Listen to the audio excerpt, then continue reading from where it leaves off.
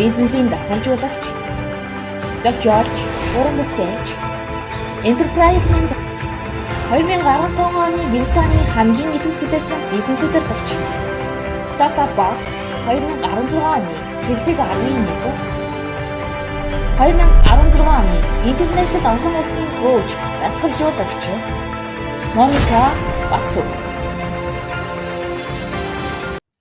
За би хоёр дахь зөвлөгөөг хийлж өгье. Чамд хэрэгтэй болов гэж бодоод бид нар тэгж ярьдэн шүү дээ. Би 7 янзын зөвлөгөө бэлдсэн байгаа шүү. За чамд юу байна гэхээр 7 янзын зөвлөгөө нь долуулаа ямар зорилготой вэ? Дордохын төлөө гэдэг шүү дээ. Тийм учраас 7-г би бэлдсэн шүү. За тэгэхээр би ингэж яриад ам. Бусдаас идэж ууж шулж байж баярдаг гэж итгэдэг.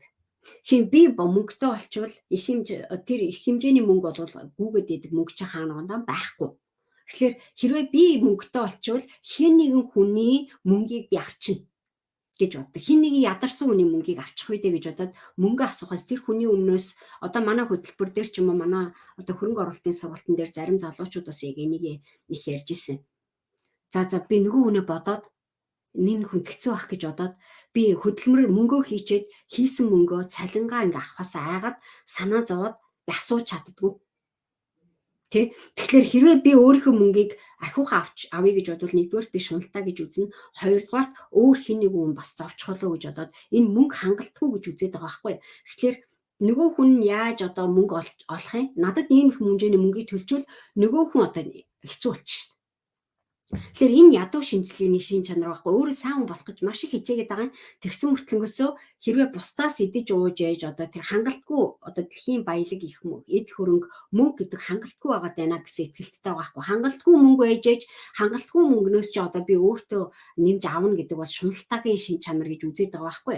Тэгэхээр ихэвчлэн тохиолдолд хүмүүс яадаг вэ гэхээр хүнд ямар нэг юм авахаасаа бид нар айгаад юмыг авъя гэж бодохоос айгаад байдаг, авахаас асуухаас нэрлэхэд байдаг, авах гэхлээр буруу болчих болов гэж айсандаа болоод нэг ямар нэг юмнаас байхгүй байгаа юмнаас юм нэхээд байгаа юм шиг байхгүй байгаа юмнаас ч би юуг нь авах юм гэж байгаа сэтгэл зүй байх үед бид нар яг ямар байдалтай байдаг вэ гэхээр өөрөө ч авч чаддаггүй, авсан шиг авч чаддаггүй, өөрийнхөө хийсэн хөдөлмөрийг бас үнэлүүлж чаддаггүй, хөдөлмөртөө тохирсон хэмжээний баялагийг өөртөө татаж авч чаддаггүй байна.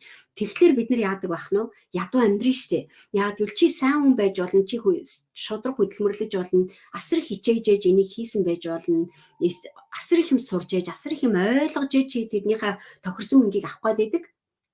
Гэтэл мөнгө байхгүй шүү дээ.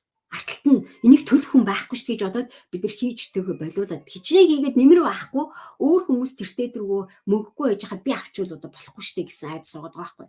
Тэгэхээр тэр үед бид нар яаж яана гэхээр яг бусдаас би ямар нэгэн идэж ууж шулж байж баяждаг гэж итгээд байгаа байхгүй. Бусдаас бусдын эрх мэдлийг, бусдын аз жаргалыг зарим энэний бас нэг шин чанар юм байгаа. Зарим хүмүүс энэ хүн тгээ хэлчихвэл гомдчихно гэж бодоод байдаг. Энэ хүн тгээ хэлчихвэл энэ хүн хэцүү байдалд орчин. Чиний муу сэтгэлээр муу юм хийгээд байгаа юм шиг тэгээд хийцэн муу юм чиний хийж байгаа чиний амнаас гарч байгаа юм буруу учраас хэн нэгэн хүн тэрний арталт хохиж дуусч. Чи хичнээн зөв юм хийхийг хүсээд байгаа, зөв сайхан юм бодоод байгаа ч гэсэн тэгээ хилчүүл нөгөө хүн гомдчихно гинэ. Тэгэхээр энэ сэтгэл зүй маань яадаг вэ гэхээр чиний байж байгаа орон зай аюул шахацлцсан орон зай байгаа байхгүй. Ядуу хүний нөгөө бачимдсан, шахацлцсан тэр оюун санааны сэтгэлгээний ядуу шин чанар нөгөө хайрцаг дотор орсон шин чанар чи юун дээр байдаг вэ гэхээр би өөрийнхөө хүслээр амьдрахын тулд бусдын дээр гიშгэж болохгүй. Тийм байгаа байхгүй. Би өөрийнхөө хүссэн юмыг авахын тулд бусдаа шуналтаж авч болохгүй. Тэгэж заавал шуналтаж авдаг бас биш байгаа байхгүй. Өөрийн чинь буян байгаад байна шүү дээ. Гэтэл бид нар ягаад ч нэг шахацлцсан сэтгэл зүй байгаа байхгүй. Нэг юм чи хэлий гэсэн юмаа хэлж чадахгүй, чиний хэлж байгаа юмыг хэн нэгэн хүн ойлгохгүй гэдэгтээ баттай байгаа байхгүй юу. Тэгэхээр бид нар яаж ийм бид нар үнэхээр хараал идмээр нэг зовцсон амьдралтай байж байгаа хүн яадаг вэ гэхээр ядуу сэтгэлгээнд итгээд байгаагийн шин чанар нь яаж юм чи хүснээрээ байлаа гэхэд ямар нэгэн буруу болчих. Чи ямар нэгэн байдлаар өөрийгөө хязгаарлаж иж бусдын сайн сайхныг хамгаалах хэрэгтэй гэдэг ийм сонин үзэл байгаа байхгүй. Тэр нь яг үндэ бусдын сайн сайхны үзэлтэй биш. Чи өөрөө ядуу сэтгэл байгагийн шин чанар байгаа. Бусдыг зовоочхгүй гэж бодоод өөрийнхөө чин сэтгэлийг илэрхийлдэггүй. Бусдад муу муугаар нөлөөчихөө гэж агаад бид нар хитрхи хатийж амьдраад байгаа байхгүй. Тэр үед бид нар яаж ийнэ? Ядуун сэтгэлгээний шин чанар чинь хитрхи их байгаад байгаагийн шин чанар байна. Чи хүслээрээ байчих юм бол өөр хин нэгэн хүний хүсээгүй юм тохиолдчихно. Чи дураараа аашилж болохгүй. Тэгээд аашилцсан юм чи хин нэгэн хүнд хортой гэдэг нэг сонин сэтгэл зүй байгаа байхгүй. Тэ? Тэгэхээр бид нар ерөөсөө яг жинхэнэ өөрийнхөө хүсээд байгаа ямиг бүтээх гээд байгаа ямиг шууд болиулаад эхэлчихэж байгаа. Тэр үед яадаг вэ гэхээр хүмүүс мөнгөгүй байхад чинь би бизнес хийж болохгүй. Хүмүүс ийм байхад чинь би одоо стартап хийгээд энэ чинь ойлгодог хүн байхгүй штэ. Эний чинь төлөх чадвартай хүн байхгүй. Хүмүүс мөнгөгүй штэ. Энэ өндөр үнэтэй бол хүн авахгүй штэ надад чинь.